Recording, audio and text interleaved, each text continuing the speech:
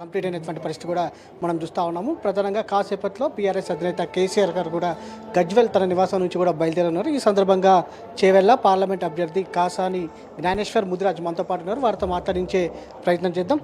Sir చెప్పండి, ప్రధానంగా బీసీలకు కూడా చాలా పెద్ద ప్రాధాన్యత ఇచ్చినటువంటి పరిస్థితి కూడా మనం చూస్తూ ఉన్నాము పార్లమెంట్ ఎన్నికల్లో. దీని గురించి మీరేమంటారు? ముందుగా కేసీఆర్ గారికి చేవెళ్ళ పార్లమెంట్ టికెట్ మాకు అవకాశం ఇచ్చినందుకు ముఖ్యంగా ఆయన కృతజ్ఞతలు చెప్తున్నాం. మీరు బాగా గమనించాలి, బీద బడుగు వర్గాల గురించి, సబ్బండ వర్గాల గురించి నిరంతరం పోరాటం చేస్తున్నాం. దాంట్లో భాగంగా ఈరోజు చేవెళ్ళ ప్రాంతంలో 3 సార్లు రెడ్డి సామాజిక వర్గానికి ఇవ్వడం జరిగింది. మొట్టమొదటిసారిగా ఒక బీసీకి అనగారిన కులాల గురించి పోరాటం చేస్తున్నాడు, నాకు అవకాశం ఇచ్చారు.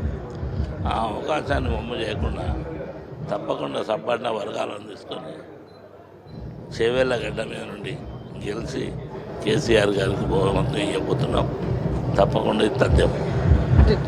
ఏదైతే ఈ ప్రజా ఆశీర్వాద సభకు ప్రజలు ఎలా వస్తూ ఉన్నారు, ప్రజల నుంచి ఎలాంటి స్పందన ఉండబోతుంది అంటారు? మీరు బాగా గమనించాలి, 7 అసెంబ్లీ సెగ్మెంట్లు ఉన్నాయి. 7 దగ్గర కూడా మరి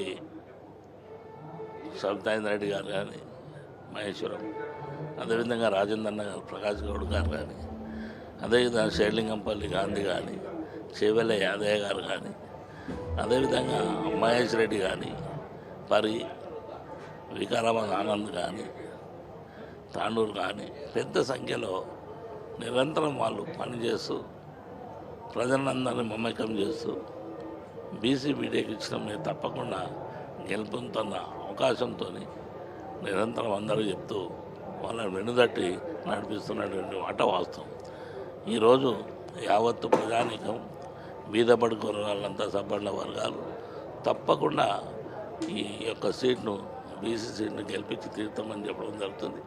దానికి అనుగుణంగా జిల్లా పరిషత్గా మేము 5 సంవత్సరాలు పనిచేసాం. ఇక్కడ ఉన్నటువంటి మా సేవలు తప్పకుండా గుర్తించి మంచి మెజార్టీతో గెలుస్తామని చెప్పడం జరుగుతుంది. గత 2 పర్యాయాలు కూడా పార్లమెంట్ ఎన్నికలకు సంబంధించి బీఆర్ఎస్ పార్టీ అభ్యర్థులే గెలుపొందడం జరిగింది. ఇక్కడ నుంచి ప్రజెంట్ వారి పార్టీ మారినటువంటి పరిస్థితి కూడా మనం చూస్తూ ఉన్నాము. ప్రధానంగా అటు కాంగ్రెస్ పాలనకు సంబంధించి కావచ్చు, గత 100 రోజుల నుంచి ప్రజల నుంచి ఎలాంటి వ్యతిరేకత ఉందంటారు?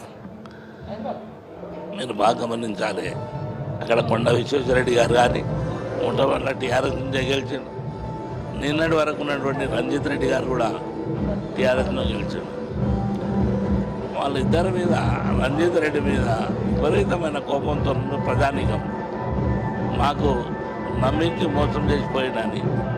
అదే కాకుండా కాసాని జ్ఞానేశ్వరకు వస్తే మేము 5 సంవత్సరాలు నిరంతరం దాదాపు 40 సంవత్సరాల నుంచి ప్రజా జీవితంలో ఉన్నాము.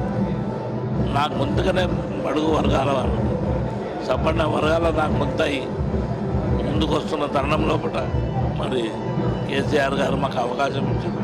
దాన్ని తప్పకుండా నిలబెట్టుకుంటాం.